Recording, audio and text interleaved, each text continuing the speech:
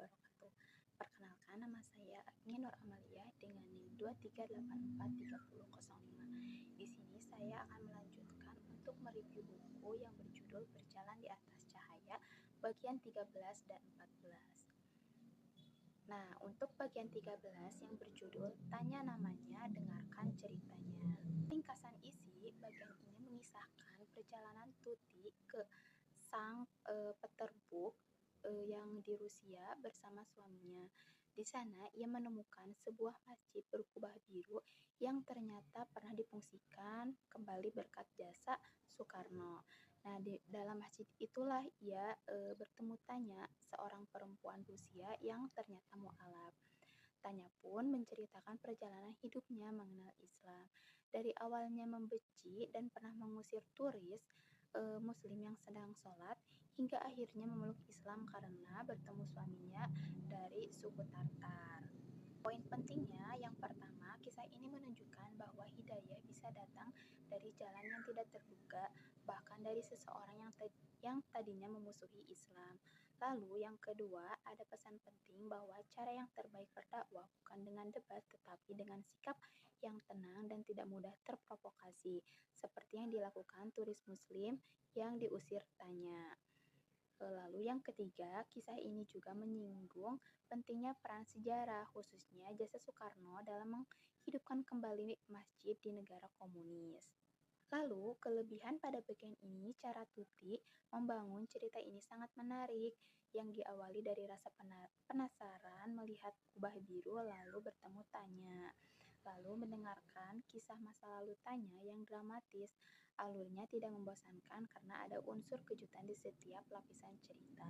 Dialog antara Tuti dan Tanya juga terasa hidup dan natural, tidak terkesan ceramah. Selain itu, bagian ini juga berhasil menyampaikan pesan tentang Islam tanpa terasa menggurui sama sekali. Kekurangannya, di bagian awal terlalu banyak deskripsi tentang kota Sang Petersburg yang panjang dan terasa kurang berhubungan dengan inti cerita. Nah, pembaca juga harus sabar melewati bagian itu sebelum sampai ke momen yang benar-benar menarik, yaitu pertemuan dengan Tanya. Nah, kalau bagian pembuka dipangkas lebih ringkas, kisah ini akan jauh lebih bertenaga sejak awal. Lalu pada bagian 14 yang berjudul Hidayah Berhijab dari Asrama. Nah, pada bagian ringkasan isi, bagian ini ditulis oleh penulis yang berbeda, Wardatul Ula, seorang pelajar asal Aceh yang mendapatkan beasiswa ke Turki. Nah, selama tinggal di asrama, ia bertemu beberapa perempuan muda dari Serbia, Zelila, Elma, Belma, dan Naida, yang berjuang keras untuk bisa berhijab meski menghadapi tantangan dari keluarga dan lingkungan sekitar mereka. Nah, poin pentingnya, yang pertama, bagian ini membuka mata bahwa ada banyak muslimah di negara minoritas yang harus berjuang keras hanya untuk bisa berhijab, sesuatu yang kita anggap biasa di Indonesia. Yang kedua, ada kisah mengharukan dari Naida yang ternyata ayahnya sudah menyiapkan kain untuk dijahit menjadi hijab sejak lama, sebuah bentuk doa orang tua yang akhirnya terkabul. Lalu yang ketiga, bagian ini juga secara tidak langsung mengajak pembaca Indonesia untuk lebih bersyukur dan bebas menjalankan agama. Kelebihannya, kekuatan terbesar bagian ini ada pada kisah Naida. Kisah tentang warisan kain dari sang ayah yang sudah meninggal sangat menyentuh dan sulit dilupakan. Penulis juga berhasil menampilkan berbagai karakter berbeda dalam satu cerita tanpa membuat pembaca bingung. Nah, gaya penulisannya juga sederhana dan tulus, cocok dengan latar belakang penulis yang masih muda.